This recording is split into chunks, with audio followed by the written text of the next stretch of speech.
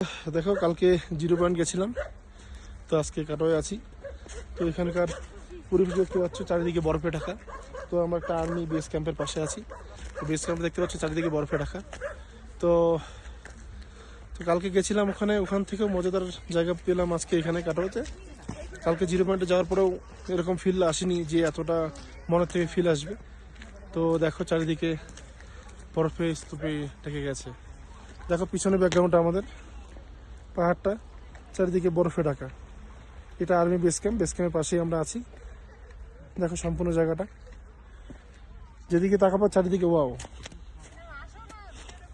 এই যে বরফ, চারিদিকে খালি বরফ বরফ বরফ। দেখ,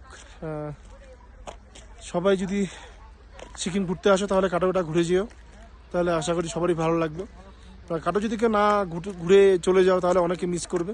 দেখো পিছনে ব্যাকগ্রাউন্ডটা আবার দেখাচ্ছি আমি।